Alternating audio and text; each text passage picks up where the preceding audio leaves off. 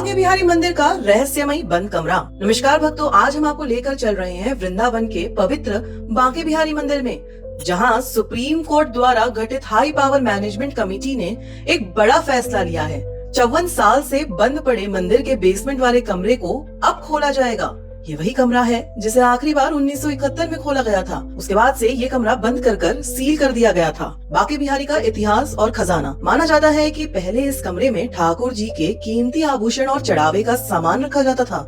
साल 1916 और 1926 में 2 बार चोरी होने के कारण इसको हमेशा के लिए सील कर दिया गया। इस गर्भगृह में एक खास होल बनाया गया था, जिससे भक्तों के चढ़ावे के आभूषण सीधे इसी कमरे में डाल दिए जाते थे। इससे चोरी होने का भय और डर समाप्त हो गया था। 1971 में तत्कालीन प्रबंधन कमेटी ने इन आभूषणों को सुरक्षित करने के लिए एक लॉकर बनाया और उसी में ये सारे आभूषण इसी कमरे के अंदर डाल के उसे बंद कर दिया। बांके बिहारी के खजाने में इतना धन आखिर आया कहां से? जो इतिहासकार बताते हैं उसके मुताबिक जो सामान इस कमरे में बंद है वो बेशकीमती है। मंदिर से जुड़े जमीन के कागजात, हीरे जवाहरात और ठाकुर जी का श्रृंगार और 9 लखा हार इसी कमरे में है। सोना चांदी सिक्कों की तो जैसे मानो भरमार होती थी, क्योंकि जैसे आजकल हम लोग अपने सामर्थ्य से ज्यादा चढ़ावा चढ़ाते हैं, उसी प्रकार उस वक्त जो भक्त हुआ करते थे वो थे राजा महाराजा।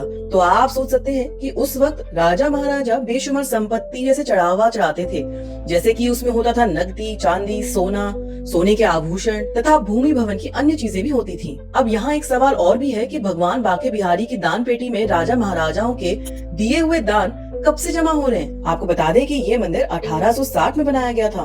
उससे पहले यहाँ बांके बिहारी जी की धरती से निकली हुई प्रतिमा का पूजन हुआ करता था। यानी कि जब बांके बिहारी मंदिर का ये बंद कमरा तहखाना खुलेगा तो कई सारे विवादों का निपटारा भी आसानी से हो जाएगा।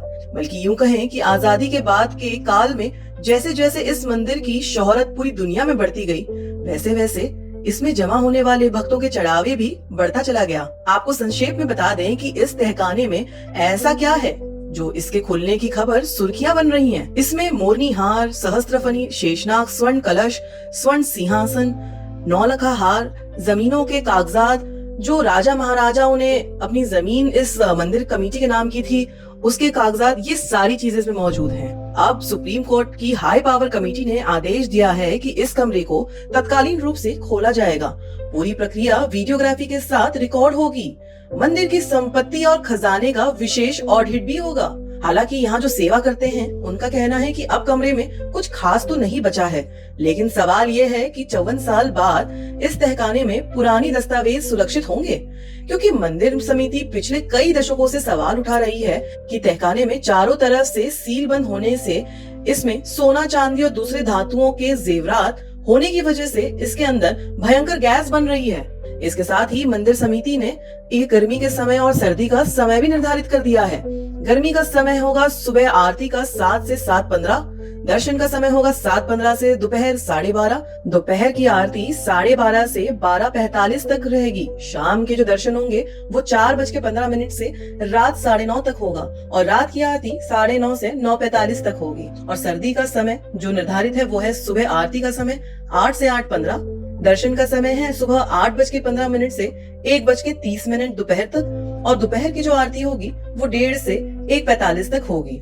शाम के दर्शन का समय है 4 से रात 9 बजे तक का, और रात की आरती का समय होगा 9:09:15 तक। खास बात यह है कि अब वीआईपी दर्शन की व्यवस्था खत्म कर दी गई है। हर भक्त को बिना भेदभाव के ठाकुर जी के दर्शन का समान अवसर मिलेगा। तो भक्तों, देखने वाली बात तो ये होगी कि 54 साल बाद जब ये रहस्यमयी कमरा खोला जाएगा तो इसमें से क्या निकलेगा? क्या इसमें खजाना होगा या फिर ये केवल एक इतिहास बनकर रह जाएगा? आपको क्या लगता है? हमें कमेंट करके जरूर बताएं, और जय श्री बांके बिहारी लिखना भी ना भूलें। हमारे चैनल को लाइक, सब्सक्राइब और शेयर करना भी ना भूलें। धन्यवाद।